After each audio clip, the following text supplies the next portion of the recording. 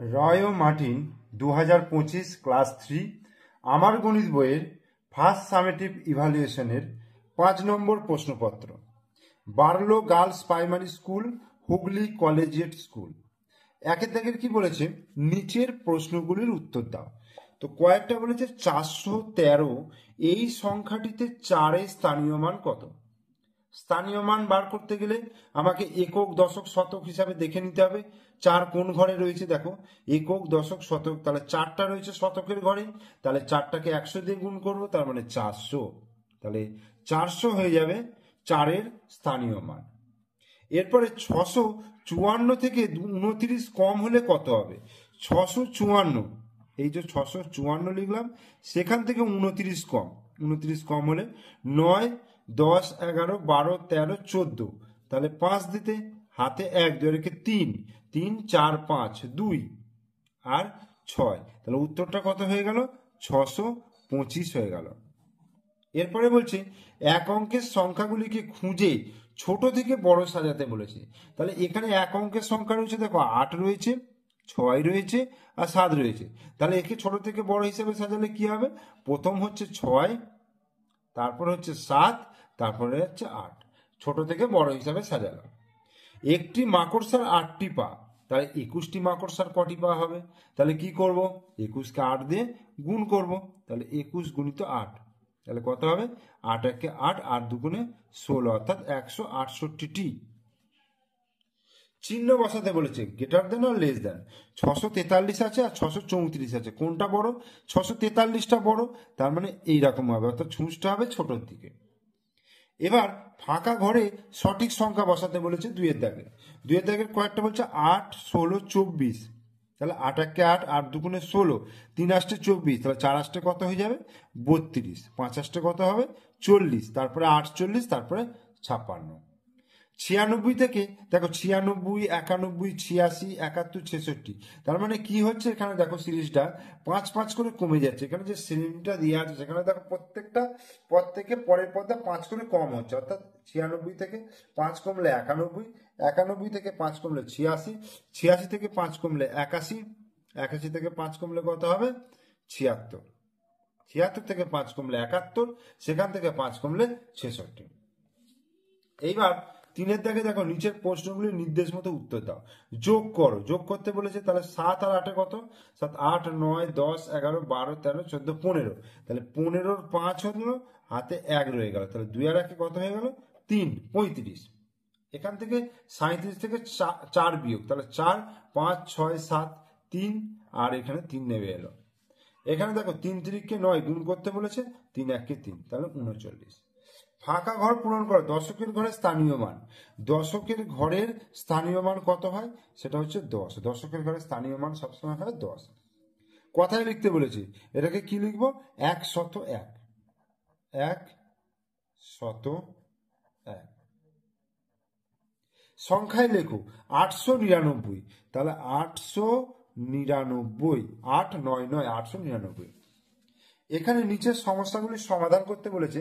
হুগলির পহলমপুর গ্রামে 285টি পাকা বাড়ি আছে, ওখানে কাঁচা বাড়ি আছে কত? 343টি। তাহলে পহলমপুর গ্রামে ড্যাশ বাড়ির থেকে ড্যাশ বাড়ি এতটি বেশি আছে। তাহলে কোন বাড়ি বেশি আছে? দেখো পাকা বাড়ি 285 আর কাঁচা বাড়ি 343, তাহলে কাঁচা বাড়ি বেশি আছে। তাহলে এখানে লিখবো কাঁচা, না এখানে লিখবো পাকা বাড়ি। তাহলে পাকা বাড়ির থেকে কাঁচা বাড়ি বেশি।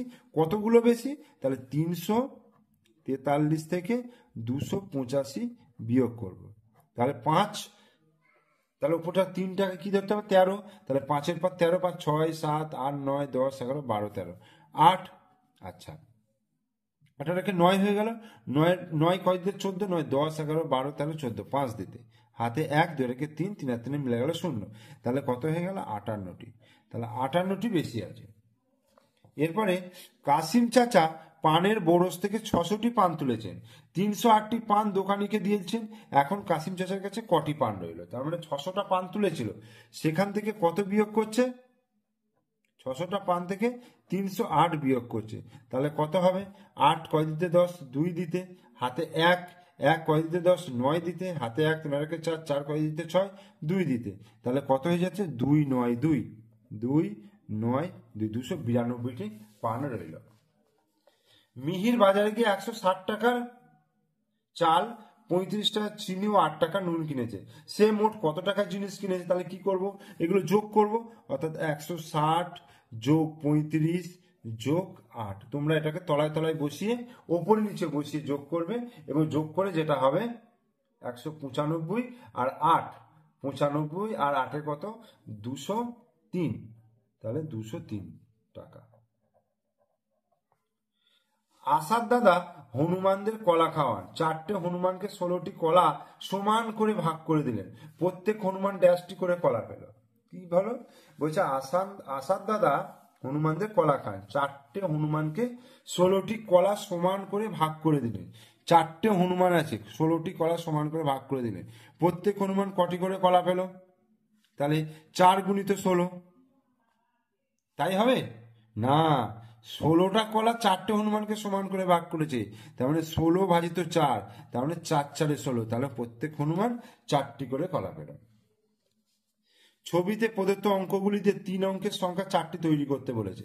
1 2 3 আছে, তাহলে আমি যদি বলি 123 হবে একটা, আচ্ছা 132 হবে একটা, মানে পাল্টে পুল্টে দিচ্ছি, 321 একটা হবে, 312 একটা হবে। এইভাবে আরো সংখ্যা গঠিত হবে।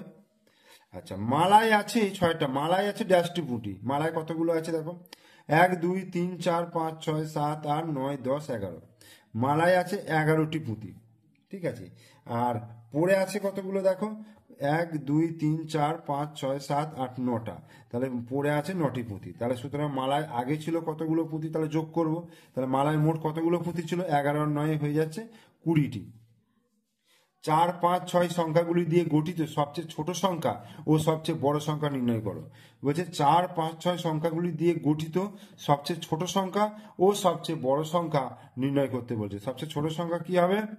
ছোট থেকে বড় সাজিয়ে দেবো, তাহলে 4 5 6। আর সবচেয়ে বড় সংখ্যা কি হবে? এটাকে উল্টে দেবো, 6 5 4। 456 হচ্ছে ছোট সংখ্যা, আর 654 হচ্ছে বড় সংখ্যা। ঠিক আছে।